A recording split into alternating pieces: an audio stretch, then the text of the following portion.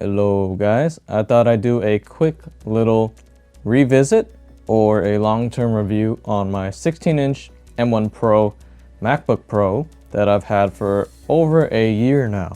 I've purchased this back last year in March 2023, I believe, and this was also my first MacBook purchase ever. Before that, I've always had gaming Windows laptops such as my Zephyrus G15 or my MSI GS63. Now, just to give a little background on how I've been using this machine, I've been using it basically every single day for the past year, and I primarily use it for normal day-to-day tasks such as web browsing, video editing on Final Cut Pro, and also some light gaming. Now, the main reason I bought a MacBook Pro in the first place was to edit videos as well as be the best possible portable machine I could buy that excels in basically all of the quality of life features, such as the screen, battery life, speakers, build quality, and performance. And I've got to say that this laptop easily checks all of those boxes. I guess now in mid-2024, I should probably explain why I'm still using my M1 Pro, even when they have the M2 and M3 released.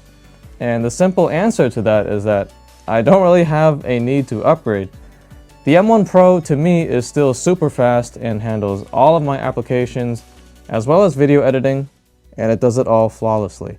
I think if I spent the money to upgrade to the M2 Pro or M3 Pro, I most likely wouldn't experience any kind of real-world performance improvements in my specific use case, except for maybe some slight frame rate improvement in some games, or maybe some slightly faster video rendering times.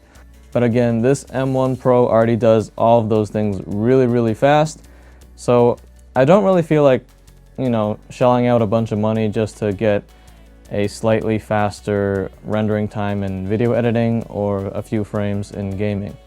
I think for most people actually, the M1 chip is still more than good enough for your average user who just wants to use a laptop as a day-to-day machine for web browsing and light tasks. And especially for, students, this M1 chip, if you can find it cheap, is still really good and more than good enough for college work. Honestly, even when the M4 chips are released on Macs later this year, I don't have any plans on upgrading because the M1 Pro still feels pretty much instantaneous, and I never felt like the machine was slowing down. Also, as a Windows user, I have to mention that the efficiency of the M chips really have to be commended here.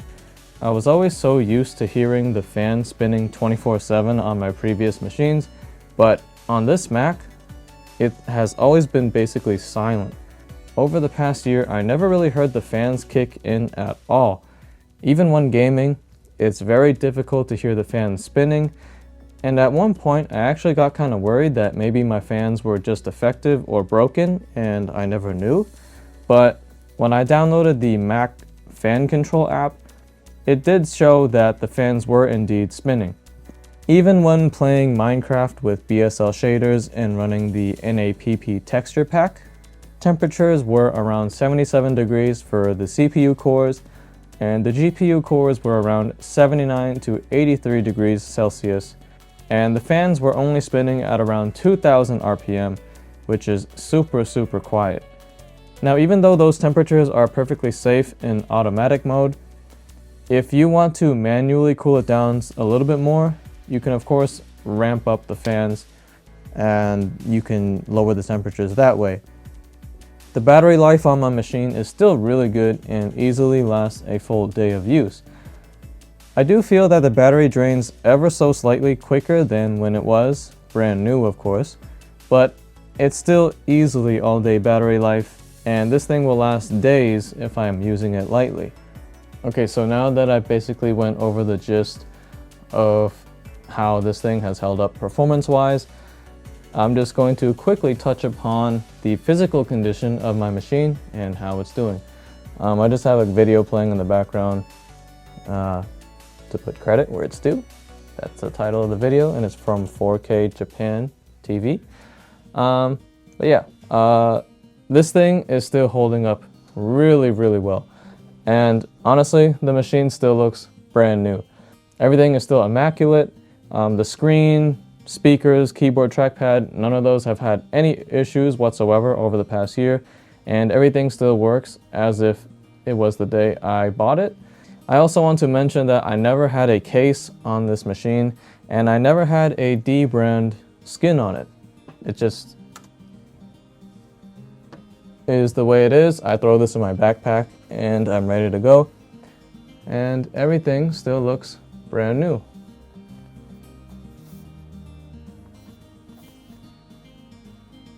I don't have any noticeable dings or scratches on my unit. Even on the underside of my MacBook machine, everything looks flawless. And I mean, besides the tiny slight wear on the 4 feet, but that is normal. So that's basically it for this quick 1-year review on my 16-inch MacBook. These machines seem to be holding their value really well on the secondhand market, which MacBooks tend to do, but I guess it's because of just how capable the M1 Pro was for its time, and even today in 2024, the prices are still kind of up there. I can still easily recommend you get the M1 Pro if you can get one for much cheaper than the M2 or the M3. Of course, if the newer ones are in your budget and you can find a good deal on those, then you should get the newer ones because they are faster. But if you can save significantly on an M1 machine, then I would say even in 2024, you should probably go for the M1 machine. I highly doubt you will be disappointed by the performance of the M1 even to this day. Yeah, that's it for this video. As always, thanks for watching. I hope this video helped you out, and I will see you guys in the next video.